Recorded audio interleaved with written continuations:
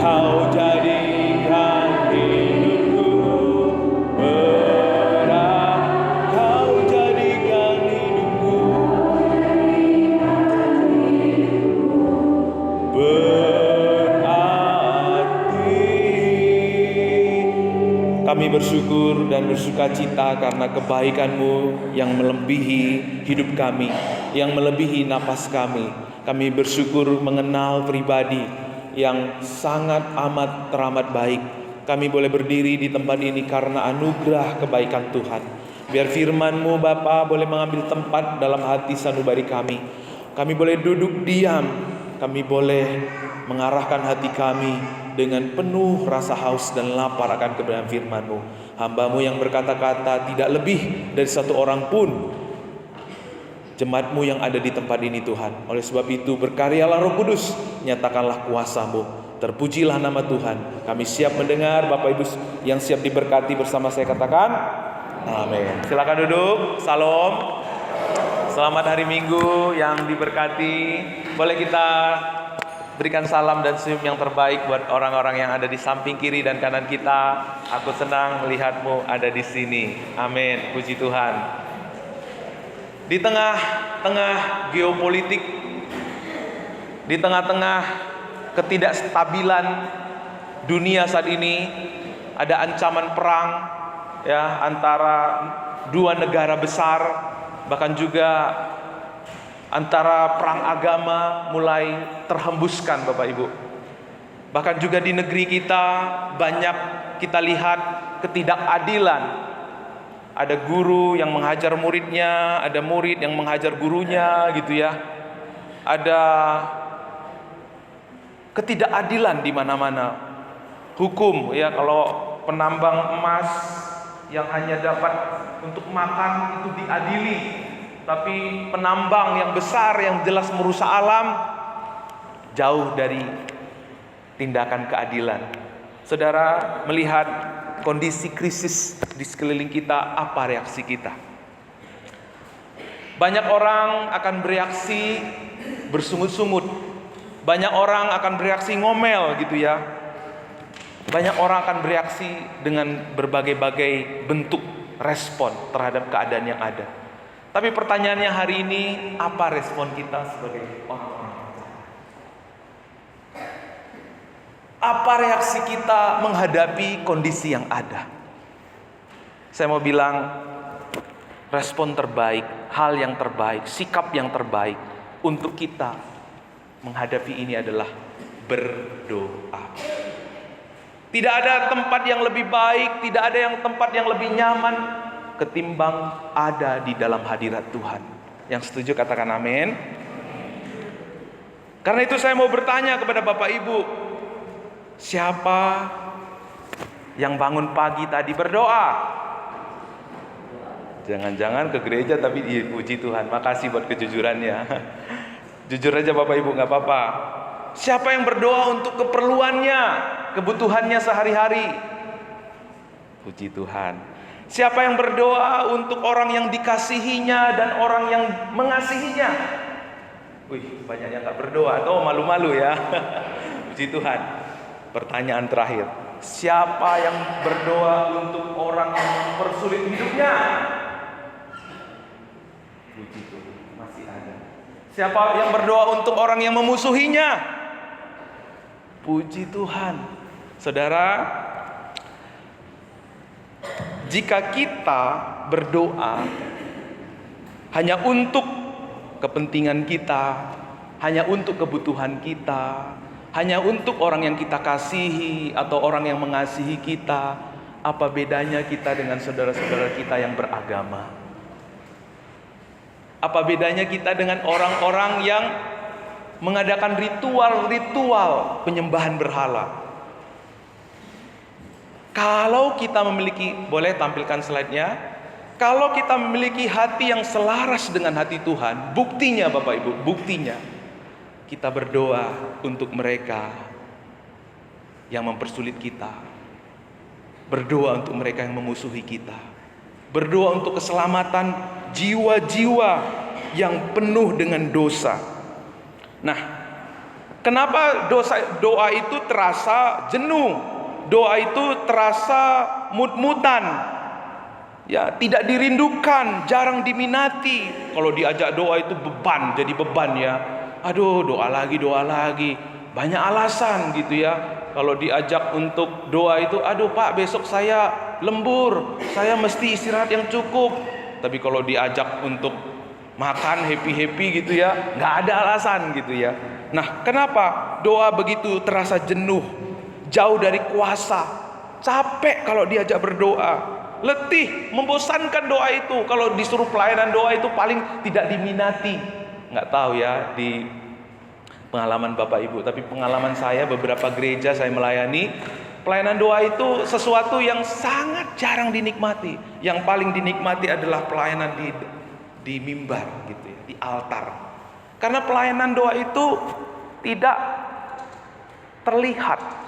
Pelayanan doa itu belakang layar. Jadi jarang diminati. Nah, kadang-kadang kita juga berdoa syarat dengan kepentingan. Ya, kita menjadikan doa itu sarana untuk menyogok Tuhan atau merayu Tuhan. Nah, ini postur doa yang tidak sesuai dengan kebenaran Injil. Ini sikap doa yang memanfaatkan Tuhan. Kadang-kadang kalau Bapak Ibu, saya mau cerita kalau di Medan itu seringkali doa itu mengatur Tuhan gitu ya. Tuhan, dengarlah doaku Tuhan gitu. Tuhan udah dengar belum doaku? Kalau Tuhan gak dengar doaku di atas sana, Tuhan turun dah ke dunia, biar aku yang naik. Lalu aku akan jawab doa-doaku, katanya. Itu doa yang mengatur Tuhan, Bapak Ibu. Lalu ada juga doa yang berkhotbah. Kalau di Medan tentu di sini nggak ada Bapak Ibu ya. Kalau doa di Medan itu berkhotbah gitu ya. Tuhan, tolong bilang sama anakku, berikan kesadaran kepada anakku supaya dia tahu kalau nggak menghormati orang tua itu kualat. Dia sepertinya ngomong sama Tuhan, tapi dia berkhotbah kepada anaknya. Tapi pengalaman teman saya waktu di kampus juga ada Bapak Ibu. Aduh, gimana ini, nggak punya ongkos ini, mau pulang nggak punya ongkos. Lalu dia berdoa kencang-kencang dari kamar, Tuhan aku mau pulang, aku perlu ongkos Tuhan. Dia supaya bapak asrama, ibu asramanya dengar gitu. Jadi doa itu dinaikkan dengan berbagai-bagai bentuk kepentingan. Posturnya, sikapnya salah. Sehingga apa? Waktu dia nggak punya kepentingan, nggak semangat berdoa gitu ya. Ya. Lalu ada juga doa menjadi sarana menyentil orang gitu ya, menyinggung orang. Ya. Lewat kata-kata dalam doa itu menyinggung. Tentu Bapak Ibu Saudara nggak punya postur atau gaya doa seperti ini. Ya. Nah, Bapak Ibu, pertanyaannya adalah apakah doa kita masih menyangkut tentang kesehatan kita, tentang kebutuhan kita sehari-hari, tentang orang-orang yang kita kasihi, tentang kenyamanan kita, tentang keperluan dan kebutuhan kita. Kalau doa kita masih level itu Saudara, sebenarnya kita masih berdoa dengan level orang yang beragama. Sebenarnya kita belum pernah berdoa dengan hati yang selaras dengan hati Tuhan. Doa yang selaras dengan hati Tuhan itu Bapak Ibu berdoa bagi keselamatan jiwa-jiwa, keselamatan kota, keselamatan bangsa, keselamatan orang-orang terdekat kita. Karena sebenarnya Bapak Ibu, doa ini Tuhan sudah tahu apa pergumulan kita. Tapi kenapa Tuhan mau kita berdoa? Untuk menyelaraskan hati kita dengan hatinya. Supaya kita semakin selaras dengan hati Tuhan, maka Tuhan mau kita selaras. Tuhan mau kita berdoa. Doa yang selaras dengan hati Tuhan itu doa yang dipanjatkan oleh Abraham. Apa doa? Bisa tolong tampilkan slide-nya. Doa yang disampaikan oleh Abraham itu adalah doa bagi keselamatan orang-orang jahat. Ya, Abraham berdoa bagi orang-orang yang jahat. Biasanya berdoa itu untuk kepentingan pribadi, bagi orang baik, bagi orang yang kita sayangi, bagi orang yang kita sukai, bagi orang yang menyukai kita. Tapi Abraham berdoa untuk keselamatan bangsa yang jahat. Bagaimana kalau orang-orang yang mengalami banjir bandang di sekitar itu disuruh berdoa untuk kebaikan, keberhasilan perusahaan yang mengakibatkan banjir bandang? Bagaimana saat ini kita diminta berdoa kepada koruptor, Tuhan selamatkan koruptor ini, Tuhan berkati koruptor ini. Nah saudara, hanya Yesus, hanya kebenaran firman yang mengajarkan kita berdoa untuk musuh-musuh kita, untuk orang-orang yang jahat. Tidak ada ajaran manapun di dunia yang berdoa untuk orang-orang demikian. Apakah di sini ada yang berdoa untuk perusak hutan? Berdoa untuk orang-orang yang merusak hidup kita, orang-orang yang jahat kepada kita? Jelas dikatakan di ayat 20, banyak keluh kesah orang karena Sodom dan Gomora. Jelas dikatakan bahwa sangat berat dosanya, bahwa apa yang dilakukan oleh masyarakat Sodom dan Gomora sungguh-sungguh tidak nyaman buat Lot dan Abraham. Tapi lihat saudara, seorang Abraham mampu berdoa untuk orang-orang yang demikian. Kota ini dikenal rusak, penuh ketidakadilan, jahat, penindas, peleceh, penyimpang. Dalam Kejadian 18 ayat 17 sampai 33, Bapak Ibu lihat Abraham bergumul melalui doanya. Tuhan merencanakan untuk menghakimi Sodom, tapi Abraham minta bernegosiasi dengan Tuhan. Di sini Abraham berdoa, berdiri di hadapan Tuhan untuk kepentingan, bukan untuk kepentingannya, tapi untuk kepentingan keselamatan bangsa Sodom dan Gomora.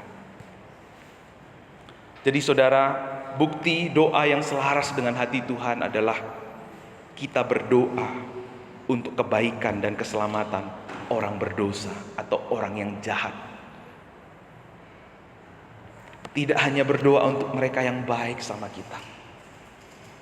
Makanya kalau Bapak Ibu ikut jam doa kita, selalu ada sesi di mana kita berdoa untuk mereka yang mungkin mempersulit kita, mungkin gak menyukai kita. Ini hati Tuhan. Makanya waktu Yunus disuruh Tuhan ke Niniwe dan Yunus gak mau memberitakan berita pertobatan kepada Niniwe. Nah, Yunus mengalami kesusahan sendiri, mencari kesulitan untuk dirinya sendiri. Nah saudara, waktu kita berdoa dengan hati Tuhan, maka waktu itu doa kita akan begitu menggairahkan. Doa kita akan begitu kita akan merindukan saat berdoa. Ya, karena apa? Doa kita itu bukan berpusat kepada kepentingan kita, tetapi kita berpusat kepada hati Allah, kepada kepentingan Allah. Makanya Bapak Ibu, saya pernah bagikan kartu VIP untuk kita menulis 3 nama berdoa untuk jiwa-jiwa. Mengapa Bapak Ibu? Karena jiwa-jiwa adalah hati Tuhan. John Calvin berkata, doa bukan membangkitkan sesuatu yang belum ada di hati Allah, tetapi sarana menyelaraskan hati kita dengan kehendak Allah. Itulah doa. Melalui doa hati kita dengan Tuhan itu semakin selaras, kita mengenal Tuhan. Mengapa doa Abraham tiap kali dia bernegosiasi dengan Tuhan, Tuhan menjawab? Doanya begitu penuh kuasa. Karena Abraham berdoa selaras dengan hati Tuhan. Nah, kita lihat apa yang menjadi doa Abraham, rahasia doa Abraham. Apa yang menjadi dasar doa Abraham? Yang pertama Bapak Ibu, dia berdoa di dalam keintiman. Ya, dikatakan di ayat yang ke-17, apakah aku akan menyembunyikan kepada Abraham apa yang hendak kulakukan? Bahwa sebelum Abraham berdoa, Tuhan lebih dulu mengutus malaikatnya untuk datang kepada Abraham. Inilah konsep panggilan kita di dalam Tuhan. Bukan kita yang memilih Tuhan, tapi Tuhan yang memilih kita. Bukan kamu yang mengasihi Tuhan, tapi Tuhan yang mengasihi kita. Ya, di sini kita lihat bahwa yang pertama, Abraham merespon panggilan Tuhan. Ia datang kepada Tuhan dengan keintiman. Dia terhubung dengan Tuhan. Jadi doa yang sejati itu Bapak Ibu adalah respon kita terhadap inisiatif Allah dan Roh Kudus-Nya yang bekerja. Saya percaya Bapak Ibu hadir di ibadah hari ini tidak kebetulan. Tuhan menggerakkan, Tuhan memberi inisiatif, Tuhan memberikan kemauan, kerinduan untuk datang. Sehingga saudara melangkahkan kaki Bapak Ibu datang ke tempat ini. Demikian juga doa. Doa itu adalah respon kita terhadap firman, terhadap janji, terhadap karya Roh Kudus di dalam hidup kita. Jadi kalau firman itu berisi tentang janji, kita menaikkan syukur kepada Tuhan. Kalau firman itu berbicara tentang teguran, kita bertobat. Jika kita dipanggil, firman itu berbicara tentang panggilan hidup kita, tentang visi hidup kita, kita mendoakan dan menjalani panggilan itu. Misalnya Bapak Ibu berdoa untuk pekerjaan. Bapak, berikan aku pekerjaan, supaya lewat pekerjaan ini aku bisa hidup, beli ini, beli itu. Dan aku waktu kumpul sama teman-temanku, aku jadi gak malu, karena aku punya sepatu, baju, handphone yang bagus. Itu bukan doa yang mendasari keintiman dengan Tuhan. Tapi berdoalah, Tuhan berikan aku pekerjaan, supaya lewat pekerjaan ini aku boleh menjadi saksi. Lewat pekerjaan ini aku bertumbuh imannya di dalam Kristus. Itu adalah doa yang didasari oleh keintiman dengan Tuhan. Lalu yang kedua Bapak Ibu, doa itu adalah sarana kita menghidupi identitas kita. Di dalam Kejadian 18 ayat 7, Bapak Ibu lihat di Alkitab, Abraham menyahut, sesungguhnya aku telah memberanikan diri berkata kepada Tuhan, walaupun aku debu dan abu. Abraham waktu dia berdoa kepada Tuhan, dia mengingatkan dirinya akan identitasnya. Jadi kenapa kita berdoa Bapak Ibu? Untuk kita menghidupi identitas kita. Untuk kita selalu mengingatkan siapa diri kita di hadapan Tuhan. Apa yang membuat kita tidak memuliakan Tuhan? Kita lupa diri. Apa yang membuat kita sombong? Kita lupa diri. Ya, Abraham menggunakan doa sebagai sarana untuk mengingatkan siapa dirinya di hadapan Tuhan. Bapak Ibu ingat doa seorang Farisi di bait Allah. Dia berdoa, Tuhan aku bersyukur tidak seperti orang-orang. Aku berdoa, aku berpuasa, aku memberi perpuluhan, aku melakukan kebaikan, tidak seperti orang ini. Itu adalah doa lupa identitasnya kepada Tuhan. Itu adalah doa yang membuat Tuhan itu berhutang. Itulah sikap orang yang berpikir Tuhan itu jual beli kepada dia. Makanya Alkitab katakan, orang ini pulang bukan sebagai orang benar, tapi orang yang pulang sebagai orang benar adalah orang yang, Tuhan aku penuh dosa, aku gak layak, aku orang yang gak layak Tuhan. Tapi Alkitab katakan orang yang seperti ini pulang sebagai orang yang dibenarkan. Waktu kita berdoa kepada Tuhan, dasarnya adalah kita tahu siapa identitas kita. Aku debu dan abu, kata seorang Abraham. Ia berdoa bukan membawa jasa-jasanya. Ia berdoa bukan karena dia merasa layak dengan segala ketaatan, dengan segala kebaikannya. Tapi ia datang kepada Tuhan dengan hancur hati. Itulah doa yang berkenan kepada Tuhan. Buat orang-orang mungkin orang Farisi ini orang hebat. Di matanya menurut penilaiannya, oh aku ini hebat, aku ini layak, aku ini kudus.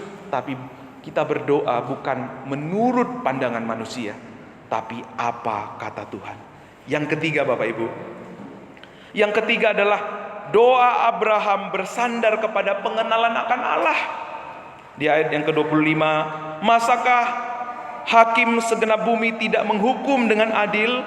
Allah pasti menghukum kejahatan dan menegakkan keadilan. Doa itu menjadi sarana kita menyatakan isi hatinya Tuhan kepada Abraham. Abraham akhirnya memahami bahwa Allah itu adil, tetapi Allah itu juga adalah Allah yang kasih. Itulah doa membawa kita kepada pengalaman yang lebih dalam tentang Allah kita. Sehingga seorang Abraham tidak berdoa. Jadi kalau Bapak Ibu perhatikan ada dua doa ekstrim. Yang pertama, doa yang mengutamakan kehormatan kepada Tuhan, tapi dia melupakan kasih Tuhan. Doa yang kedua, doa yang mengutamakan kasih Tuhan, tapi melupakan kehormatan Tuhan. Makanya ada doa ya, Tuhan Bapa kami yang baik, yang penuh kasih, yang penuh cinta. Wah, sepertinya ya menyanjung kasih Tuhan. Tapi ada juga doa Bapa kami yang dengan suara yang seperti itu gitu ya, menunjukkan kehormatan, tapi terkadang melupakan kasih, hubungan kasih dengan Tuhan. Nah, Saudara, ketika kita melihat bagaimana Abraham menawar, bernegosiasi dari 50 sampai 10 orang memohon supaya Sodom dan Gomora tidak dihukum, dia datang bukan dengan salah satu ekstrim, tapi dia datang dengan tahu bahwa Allah itu adil, tapi dia juga datang dengan tahu bahwa Tuhan itu penuh kasih. Ya. Doa dengan demikian bukan doa yang membujuk Tuhan, doa demikian bukan doa yang merayu Tuhan, tetapi doa yang akan menghasilkan kehendak Tuhan dan keinginan Tuhan. Ya, jadi cara Tuhan membawa manusia untuk makin bertumbuh mengenal Dia ketika kita tekun di dalam berdoa. Ketika kita Nah, pertanyaan sekarang, apakah doa-doa yang kita naikkan membawa kita kepada pengenalan akan Tuhan? Apakah doa-doa yang kita naikkan membawa kita intim dengan Tuhan? Apakah doa-doa yang kita naikkan menjadi doa-doa yang membuat kita terhubung melekat dengan Tuhan? Membuat kita tahu siapa diri kita di hadapan Tuhan. Kalau doa saudara demikian, berarti doa saudara sesuai dengan kebenaran Injil. Tapi saudara, saya mau mengajak bagian terakhir. Ada kelemahan doa Abraham. Saya mau bertanya. Kalau Bapak Ibu waktu itu misalnya Abraham berdoa, bagaimana Tuhan kalau satu orang saja yang benar? Tuhan menghukum Sodom dan Gomora enggak? Kira-kira jawab Tuhan apa? Selama ini Tuhan udah jawab 6 kali Abraham bernegosiasi. Semua Tuhan jawab, aku tidak akan membinasakan kota ini. Tapi kenapa Abraham tidak menyampaikannya kepada 5 orang saja? Kalau 5 orang kan dia sama anak-anaknya cukup gitu ya. Tapi kenapa Abraham tidak melanjutkannya? Saudara tahu? Karena apa yang Abraham alami, kita tidak alami.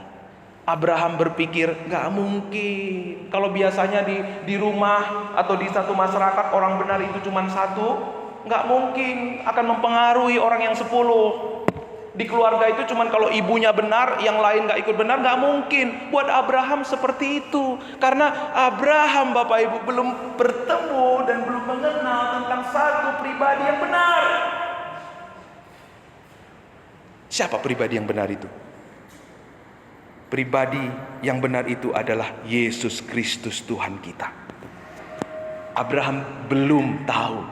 Memang Abraham sudah mengenal Allah itu adalah Allah yang penuh kasih dan adil. Tapi dia belum bertemu dengan pribadi yang benar.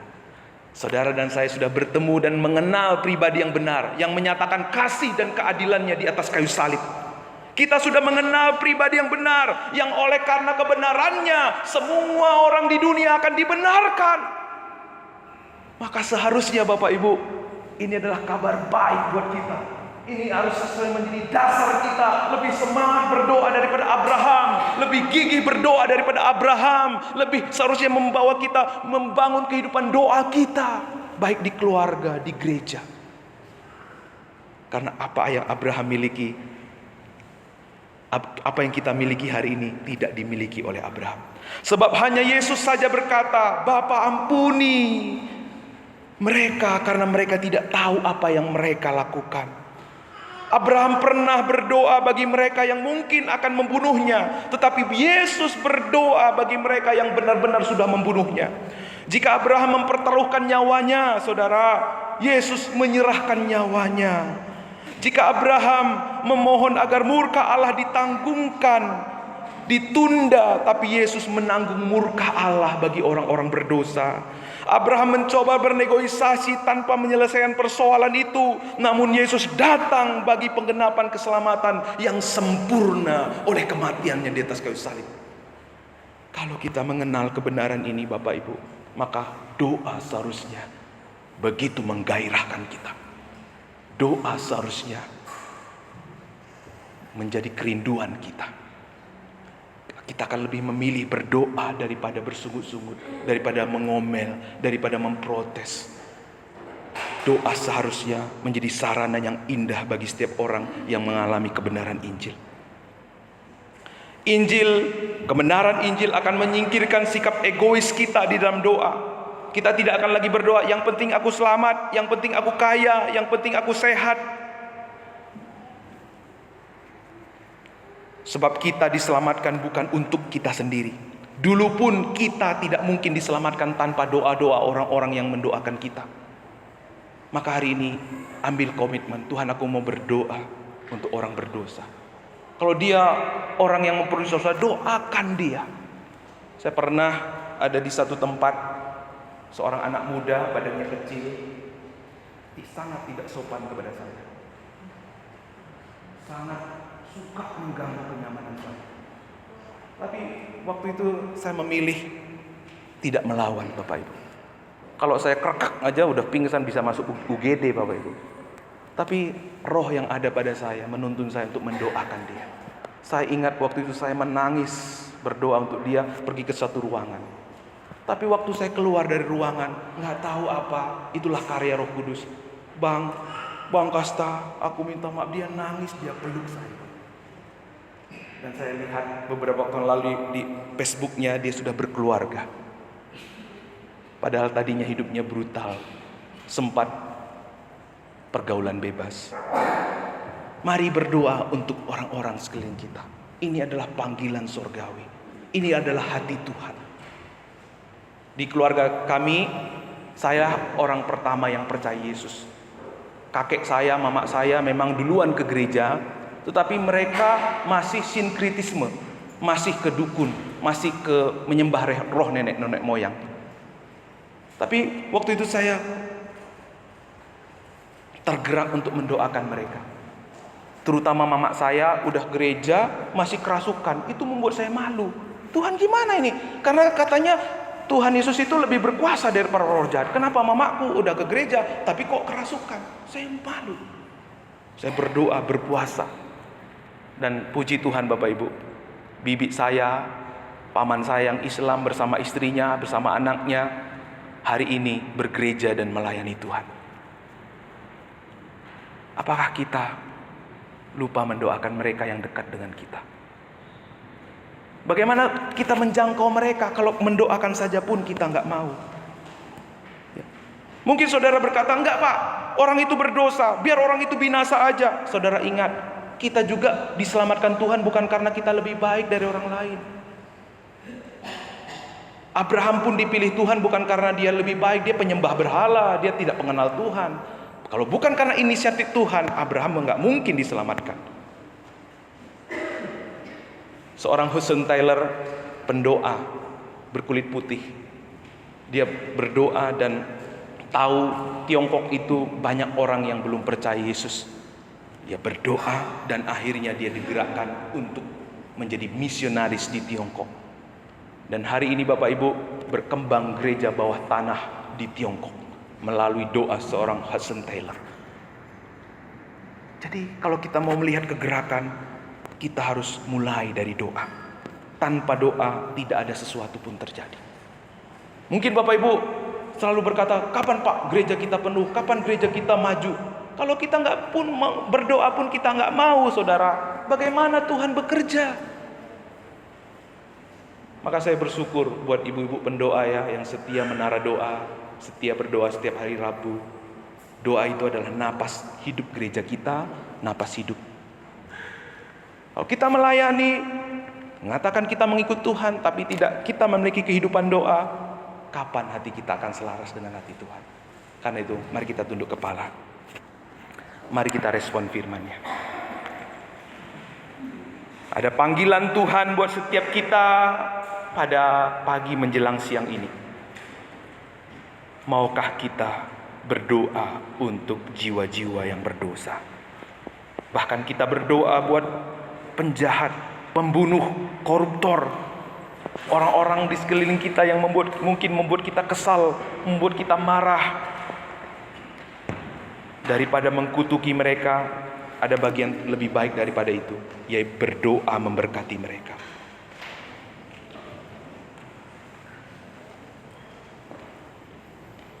Apakah doa kita selama ini berpusat pada diri sendiri atau berpusat kepada hati Allah?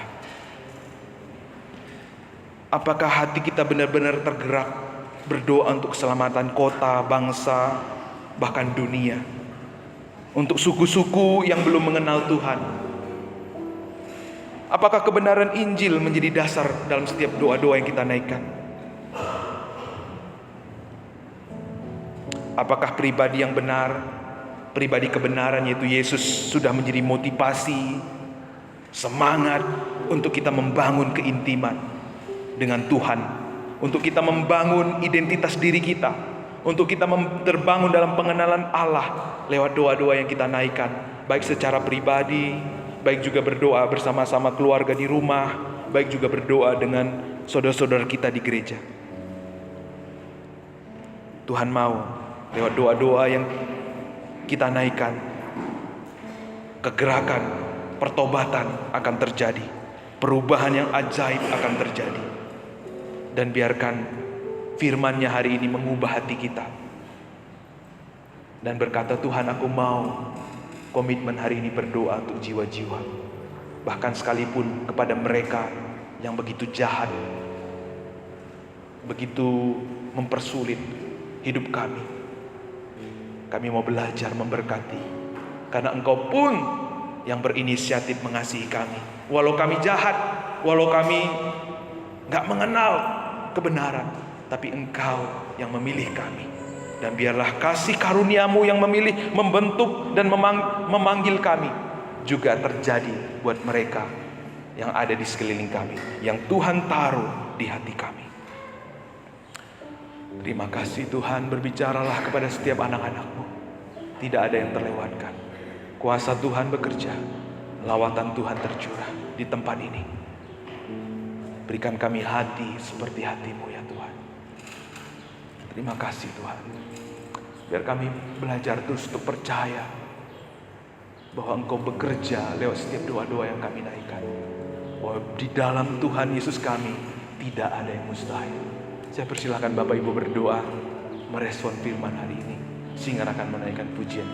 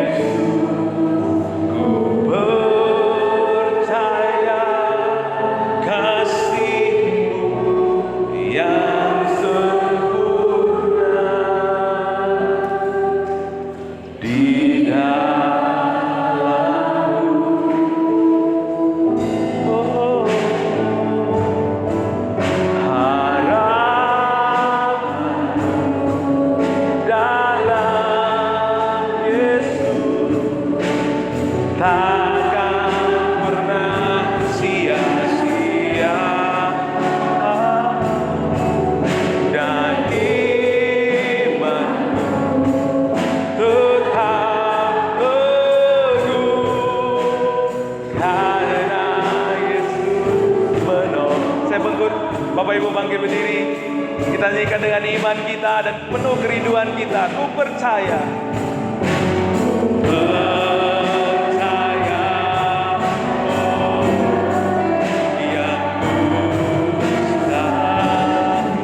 Bila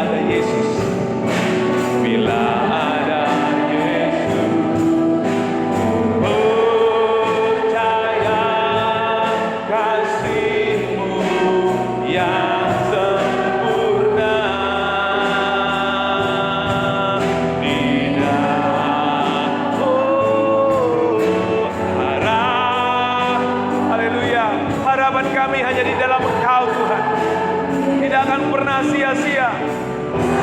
Amin. Oh, sia-sia dan iman tetap teguh karena Yesus. Serukan dengan penuh kerinduan, harapanku.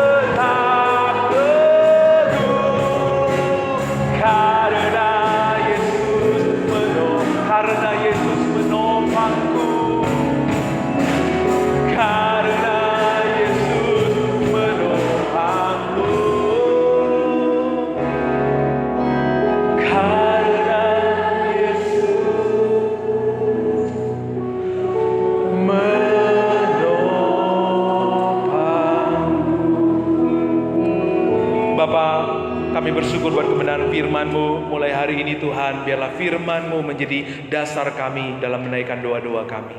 Mulai hari ini, doa-doa yang kami naikkan boleh membawa kami semakin selaras dengan hati Tuhan. Doa-doa yang kami naikkan berpusat kepada hati Tuhan, keselamatan jiwa-jiwa, terutama orang-orang terdekat kami. Mulai hari ini doa-doa yang kami naikkan tidak lagi berkutat kepada kepentingan, kenyamanan, kebutuhan, keinginan kami, tetapi berpusat kepada keinginan Tuhan, berpusat kepada hati-hati, jiwa-jiwa yang Tuhan rindukan ya Bapa. Berikan kami hati-Mu Bapa, supaya mulai hari ini kami setia berdoa untuk jiwa-jiwa, baik ketika berdoa bersama anak, suami, istri, kami bersama di gereja, bahkan berdoa pribadi. Tuhan, berikan kami hati seperti hati-Mu, yang peduli, yang rela untuk memberi atensi kami, memberi hidup kami untuk keselamatan dan berkat bagi jiwa-jiwa. Karena kami percaya ketika kami berdoa untuk hati Tuhan, maka sesuatu yang besar, ajaib akan terjadi. Seringkali kami memusingkan diri dengan kebutuhan, keinginan, kenyamanan kami. Ampuni kami Tuhan. Mulai hari ini Bapa, di atas itu semua, biarlah Engkau yang bertahta dalam setiap doa-doa kami. Tidak lagi ada doa yang menyogok Tuhan, tidak lagi doa yang mencoba mengatur Tuhan, yang tidak ada lagi doa yang mencoba memanipulasi. Mulai hari ini Tuhan, doa kami adalah doa yang dibangun di atas dasar kebenaran Injil-Mu. Doa yang dibangun di atas dasar hati Tuhan. Doa kami penuh kuasa, doa kami mengubahkan, doa kami membangkitkan, doa kami memulihkan dan menyembuhkan, karena Yesus yang bertahta. Terpujilah Engkau Tuhan, di dalam nama Yesus yang diberkati bersama saya katakan, amin. Silakan duduk, Tuhan berkati.